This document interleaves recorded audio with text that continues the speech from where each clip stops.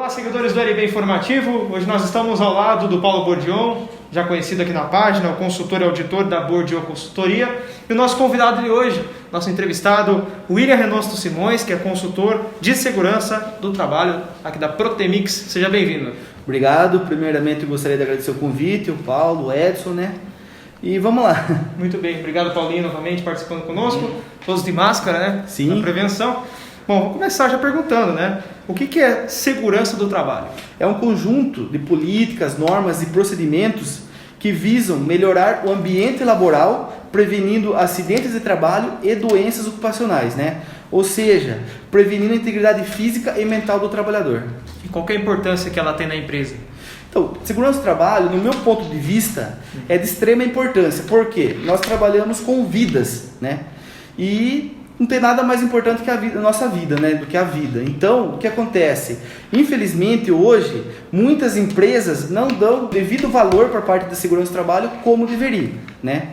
Porque o objetivo nosso é fazer com que o trabalhador chegue em casa da mesma forma que ele saiu para trabalhar, com total segurança. Eu acredito que 90% dos empresários, né, se eu fosse fazer uma pergunta para o empresário, você tem seguro no seu carro? 90% vai falar que tem seguro, tá? E por que muitos empresários não têm a parte de segurança da empresa? Né? Porque um carro hoje, se você bater o carro, se alguém roubar o seu carro, se você bater, o funileiro conserta. Se alguém roubar, o seguro paga o carro seu. E se um funcionário seu sofreu um acidente, se o funcionário vier a falecer? Né? Não tem como voltar atrás, não tem como você pagar por essa vida, né? Por isso que, infelizmente, hoje a segurança do trabalho deveria, assim, ser dada, os empresários, os empregadores deveriam dar mais importância para a parte da segurança do trabalho. Mais, né? Valorizada no Brasil. Com certeza. E é obrigatório todas as empresas obedecer essas regras de segurança? Sim. A partir de um funcionário, as empresas devem adotar as medidas de prevenção, né, de segurança do trabalho. Suponhamos, independente se você for um microempresário, um médio empresário, um grande empresário. Se você tiver um funcionário registrado, você deve ter as medidas de prevenção, né, as medidas de segurança na sua empresa. A empresa tem um funcionário, ela já é obrigatória a ter um sistema de segurança do trabalho. Isso. Muda para cada empresa, a empresa tem um funcionário, mas ela pode ter um segmento que às vezes acaba sendo mais arriscado do que uma empresa que tem 1000 funcionários. Então, independe do funcionário, ele ser crítico ou não, o sistema... Não, vamos assim, falar resumidamente como que funciona. Vamos dar exemplo, suponhamos que eu tenho uma empresa, né? Independente do ramo da atividade da minha empresa, independente do grau de risco, o que acontece? Antes de eu contratar esse funcionário, antes dele assinar o livro de registro, ele deve passar por um médico. Passou pelo médico, ok, o médico deu apto a ele exercer a função, né? Para ele exercer a função, e ele vai ser registrado. Registrou? Esse funcionário tem que passar por uma integração, para ele ficar ciente de qual vai ser o trabalho dele no dia a dia, né? Então ele está ciente do que ele vai fazer, ok. Fora a integração, depois da integração, esse funcionário, de acordo com a função, se ele for utilizar um equipamento de segurança, um básico aí, um calçado de segurança, a empresa vai ter que treinar esse funcionário, vai ter que dar um treinamento de NR6, de EPI, equipamento de proteção individual. Então a empresa vai fornecer o equipamento, vai registrar o fornecimento e vai treinar esse funcionário. Suponhamos que esse funcionário, além de ele trabalhar, vamos dar um exemplo, na produção, ele vai fazer outros serviços corriqueiros, como trocar lâmpada, tal. Então, então se ele vai trocar uma lâmpada, a partir de 2 metros de altura, ele é obrigado a ter o curso de NR35, que é trabalho em altura. Independente se ele for ficar 2 metros e 1 centímetro, é obrigado a ter o curso. E se ele for ter contato com eletricidade, ele vai ter que ter também, né, a empresa vai ter que fornecer para ele o treinamento de NR10, né, que é eletricidade. Então não é tão simples. É dependendo da função que esse funcionário vai desempenhar na empresa, que a empresa vai ter que tomar os devidos procedimentos, né? Só para mais uma curiosidade agora, você falou que a empresa tem que fornecer o equipamento e dar os treinamentos. Isso. Eu sou consultor de empresa também e eu sofro com algumas coisas que é a cultura do nosso povo, que é meio que em geral desobedecer, digamos assim, o que é imposto. Sim. Ou às vezes até meio que ignorar para fugir de usar um equipamento ou de não preencher um formulário de registro, um procedimento. Eu deparo com isso muitas vezes. Qual a penalidade que... A empresa pode sofrer uma penalidade se vir acontecer um caso de acidente, mesmo com o funcionário tendo todos os treinamentos e o IPI oferecido pela empresa, a empresa pode ser penalizada por isso ainda? Na verdade, penalizada não, né? Por quê?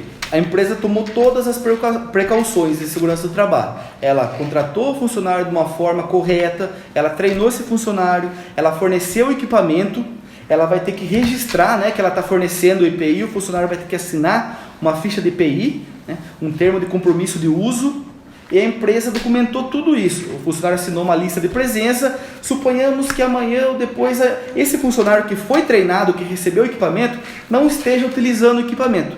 Qual que é a obrigação da empresa? Além dela fornecer e treinar esse funcionário, ela tem que exigir que o funcionário use. Como? Né? Por meios de advertência verbal, né? Ou pode ser uma advertência verbal por escrito. Em último caso, a gente recomenda uma advertência disciplinar para esse funcionário, né? 1, 2, até 3 advertências, o funcionário pode ser dispensado por justa causa, no caso, né? Então, assim, seria em último caso. Porém, se amanhã depois acontecer um acidente com esse funcionário, por ele não estar utilizando o equipamento de segurança, a empresa, vamos dizer, fez todos os, né, tudo que ela podia fazer, ela fez, entendeu? Então, assim, ela vai ser penalizada? Ela não vai ser, porque ela fez tudo correto. Porém, ela vai ter que tomar as medidas, né? Ela vai ter que auxiliar esse funcionário, apoiar esse funcionário ao médico, pagar as despesas, enfim, aí por diante, entendeu? Ela vai ter que dar todo o suporte para esse funcionário, entendeu? Só mais uma pergunta. É um assunto interessante que eu gosto e eu deparo com isso todo dia também. Uma parte também quando ele faz a implementação do sistema de gestão, se depara com sistema de saúde e segurança do trabalho. Então, algumas dúvidas que eu tenho também. Você falou de funcionários, né? Isso. E terceiros? Eles são obrigatórios também? Se tiver uma visita numa fábrica, ela é obrigatória, até mesmo os cuidados que os funcionários? Hoje em dia, uma empresa que preza pela segurança do trabalho, antes dela contratar uma empresa terceirizada para fazer qualquer tipo de manutenção de serviço na sua empresa, ela exige vários documentos de segurança, né? Além da documentação como PPRA, que eu vou falar daqui a pouco, como PCMSO, ela exige todos os treinamentos dos funcionários, de acordo com o serviço que o funcionário for executar, né? Suponhamos, Deus me livre, acontece um acidente. A empresa tomou as medidas, né, de precauções, ela exigiu documentação. Então, a empresa que está prestando serviço é uma empresa séria, responsável. Então, foi uma fatalidade, entendeu? Agora, caso ela contrate uma empresa, não exija nada, nenhuma documentação, ela pode sim ser corresponsável por esse acidente, entendeu? Não só, estamos falando de empresa terceirizada, mas pode ser um visitante, por exemplo. Eu vou visitar a empresa lá e acontece um acidente comigo lá dentro da empresa X. A empresa é responsável por você. Como que é determinado o uso de EPIs e outras medidas cabíveis? Então, essa informação a gente vai achar no PPRA, do Programa de Prevenção de Riscos Ambientais, porque toda empresa deve ter esse laudo, né, esse documento. Como que funciona? Suponhamos, eu como consultor, antes de elaborar esse documento, eu vou ter que ir até a empresa e medir setor por setor. Tem 10 setores na empresa. Daí a gente vai medir ruído, temperatura, luminosidade, enfim, todos os riscos que tem em cada setor. A partir daí, todas as informações que a gente colher nesse levantamento, né, nessa avaliação, a gente vai elaborar o PCMSO. Suponhamos, você como um empregador, né, um empresário, quer saber qual que é o equipamento adequado para fornecer para o funcionário que trabalha na parte elétrica, vamos supor. Aí eu vou folhear o PPRA, eu vou na função dele lá, né, que todas as funções vão constar no PPRA. Eu vou lá, vai ter a descrição das atividades desse funcionário, os riscos que ele está exposto, os equipamentos de segurança que ele deve usar, a cada quanto tempo eu tenho que trocar esse equipamento, por que eu tenho que fornecer esse tipo de equipamento. Então, ou seja, todas as informações vai constar no PPRA. O PPRA seria um manual, uma bíblia da segurança do trabalho. O que eu quiser saber, em relação à segurança do trabalho, eu vou ter no PPRA. E esse PPRA, ele é obrigatório todas as empresas terem? Todas as empresas, a partir de um funcionário, independente do ramo da empresa, independente do grau de risco, se a empresa é pequena, média ou grande, a empresa deve ter. Contratou um funcionário, é obrigado a ter esses laudos. Uma dúvida, o PPRA é para todas as empresas, né? Fora esse documento, quais outros obrigatórios? Então, vamos resumir, assim, a documentação básica que qualquer empresa deve ter é PPRA, que é o Programa de Prevenção de Riscos Ambientais, PCMSO, que é o Programa de Controle Médico de Saúde Ocupacional, um mapa de risco, né, que vai determinar quais os riscos de cada setor da empresa, que vai servir tanto para os funcionários quanto para qualquer visitante. A pessoa vai chegar no setor e vai deparar com o mapa. Daí ela vai estar ciente dos riscos que ela vai estar exposta ao adentrar ao local, né? Uma ordem de serviço individual. O que seria uma ordem de serviço? É a descrição das atividades desse funcionário, de acordo com a função, né? O risco que ele vai estar exposto, os equipamentos de segurança que a empresa deve fornecer para ele, as medidas preventivas, as normas da empresa, e ele vai ter que assinar, tanto o funcionário quanto a empresa vai ter que assinar esse documento. Aí fica uma via com o funcionário e uma via com a empresa. Por quê? Porque caso o funcionário, né, suponhamos, caso ele faça alguma coisa ilegal dentro da empresa, ele não vai poder alegar que ele não sabia por falta de conhecimento das normas e tal. Não, ele sabia porque ele assinou essa ordem de serviço, entendeu? Então é um documento super importante para a empresa. A ficha de EPI, né, a partir do momento que você fornecer um tipo de equipamento, um calçado, um óculos, um protetor auricular, qualquer equipamento, a empresa deve registrar numa ficha de EPI. Os EPIs, você estava falando que é obrigatório, cada função tem que estar usando o EPI apropriado para ele desempenhar a função dele. Isso. EPI, ele tem data de validade? Sim, tem data de validade, né, que até a gente recomenda o setor de compra das empresas, antes de comprar qualquer tipo de equipamento de segurança, pedir para o fornecedor mandar o número do CA, que é o certificado de aprovação. Aí a gente consulta esse número, né? E daí a gente vai saber se esse EPI, se esse equipamento está dentro ou não da validade. Caso esse equipamento esteja fora da validade, esteja vencido, a empresa de forma alguma pode adquirir esse produto, entendeu? Então consultar sempre o número do CA antes de comprar qualquer tipo de EPI, qualquer tipo de equipamento. Os exames médicos, eles são obrigatórios? Sim, 100% obrigatório, todos os exames, né? Vamos começar a falar agora do exame admissional. Por que o exame admissional é obrigatório? Porque suponhamos que eu tenho uma empresa, eu contratei um funcionário e eu não quis que ele fizesse o exame admissional, né? Na correria eu mandei ele passar lá no RH ou no escritório de contabilidade para ele já assinar o registro dele. Ok, daqui 5, 6 meses esse funcionário me procura alegando que ele está com um problema respiratório, ou seja, uma doença ocupacional. Aí eu vou procurar realmente, né, o que aconteceu, porque o funcionário trabalha no escritório, ele não tem contato com nenhum agente químico, com nenhuma poeira, nada. Então como que ele está com problema respiratório? Aí eu vou descobrir que, um exemplo, ele trabalhava numa construção civil, trabalhou 10 anos numa construção civil, e nessa empresa ele nunca recebeu um equipamento de proteção. Com certeza, essa doença pulmonar dele foi adquirida no exercício da antiga função, né, da antiga empresa. Porém, a partir do momento que eu contrato ele e ele não fez o exame admissional, eu vou estar pegando o problema da outra empresa para mim, entendeu? Agora o problema que era da outra empresa, agora é meu problema. Por isso da importância do exame admissional.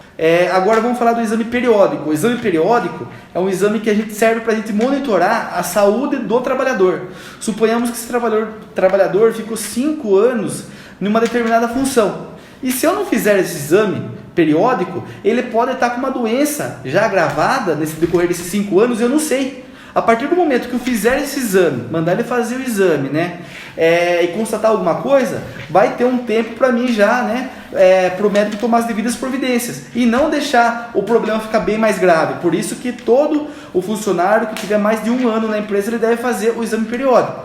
Lógico que o exame periódico pode ser feito a cada 6 meses, a cada 1 ano, a cada 2 anos, dependendo muito da função do funcionário e da idade dele. Quem vai determinar a cada quanto tempo ele deve realizar o exame periódico é o médico coordenador, o médico do trabalho da empresa, tá? Aí tem o exame de retorno ao trabalho. Suponhamos que ele sofreu um acidente doméstico ou um acidente de trabalho. Ele ficou 4 meses afastado. Ele vai voltar a trabalhar, certo? Então, só que eu, como empresário, eu não posso deixar ele voltar a trabalhar antes dele passar pelo médico da minha empresa. Por quê? Porque, às vezes, o médico da Previdência do INSS vai liberar ele voltar a trabalhar, mesmo ele não estando apto. Aí ele vai voltar a trabalhar e pode agravar a doença dele, né? Então, antes do funcionário voltar a trabalhar, ele tem que passar pelo médico da empresa, para o médico da empresa dar apto a ele voltar, senão ele não pode voltar. Aí também tem o exame de mudança de função. Suponhamos que eu tenho um funcionário que trabalha de jardineiro e eu vou mudar a função dele para almoxarifado. Eu vou transferir ele de função. Então, quer dizer, antes dele assinar o registro, né, de auxiliar do almoxarifado, vamos dizer assim, ele deve fazer um exame de mudança de função, para o médico dar ou não apto a ele voltar a trabalhar, tá? E por fim, o exame demissional, que no meu ponto de vista é um dos mais importantes, né?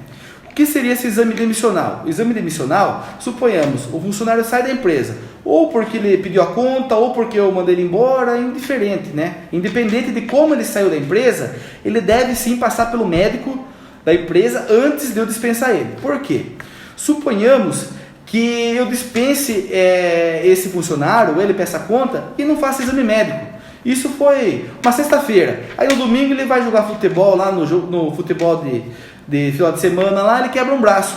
Aí esse funcionário, se ele quiser agir de má fé, ele pode alegar que esse acidente foi dentro da empresa, na sexta-feira à tarde, um exemplo. E a empresa não vai ter como provar que não foi, porque ele não passou pelo médico. Então você está vendo a gravidade da situação? O problema que essa empresa vai ter se, caso acontecer isso, por ele não ter feito um simples exame demissional. Então é totalmente importante fazer todos os exames. Agora uma curiosidade que falando do exame demissional e tal, você já se deparou com algum caso que no exame demissional ele deu que está apto, esse funcionário foi dispensado e depois de algum tempo ele aconteceu alguma doença ou teve alguma complicação devido a esse emprego? Entendi. Acontece? Na verdade, eu nunca me deparei com esse fato. Porém, caso aconteça isso, se a empresa tomou as devidas providências, né, as providências corretas da demissão, né, com certeza vai ter uma perícia para realmente ser constatado se esse funcionário, essa doença, né, esse problema de saúde que ele tem hoje, se foi decorrente do exercício da função anterior, né? Caso seja constatado, a empresa ela não vai ter nenhuma punição porque o funcionário passou pelo médico, ele estava apto a ser dispensado. O médico da empresa, ele colocou lá, apto a ser dispensado. E toda empresa ela é obrigada a fornecer os EPIs? Sim, ela deve fornecer o equipamento de proteção para esse funcionário, ela deve treinar esse funcionário, né, de acordo com a NR6, equipamento de proteção individual, e ela deve registrar o fornecimento e o treinamento desse funcionário, independente do grau de risco e número de funcionários. Toda empresa deve fornecer sim. Nós estamos chegando ao final da nossa entrevista, um papo muito bom, inclusive. Quero agradecer então a disponibilidade do William por aceitar o nosso convite também. Eu que agradeço vocês, agradeço o Edson, o Paulo, eu que agradeço. Agradeço o Paulo também. Agradecer o Edson mais uma vez, a gente já está na quinta... Por aí, quinta, mais ou menos isso. Nessa busca, cada semana trazendo um profissional diferente. A gente já trouxe da logística, segurança do trabalho, para tirar dúvidas, né? A ideia da gente é tirar dúvida de quem está começando, de pessoas que já estão na área, mas tem aquelas dúvidas, surge aquela de empresários, né? Porque a parte de PI, fazendo um comentário agora mais do que está acontecendo, nós estamos fazendo uma reunião aqui, as outras foram feitas em videoconferência, mas hoje a gente está presencial na Cotemix, o William cedeu o escritório para a gente estar fazendo. E estamos com nossos equipamentos de proteção adequados. Então é uma parte que peca muito, lida com a saúde e com vidas. É importantíssimo o pessoal estar sabendo e conhecer melhor. Sim. William, mais uma vez agradeço. vocês que nos acompanharam, agradecemos também a presença e compartilhe esse vídeo, né, para que outras pessoas também possam conhecer melhor sobre segurança do trabalho.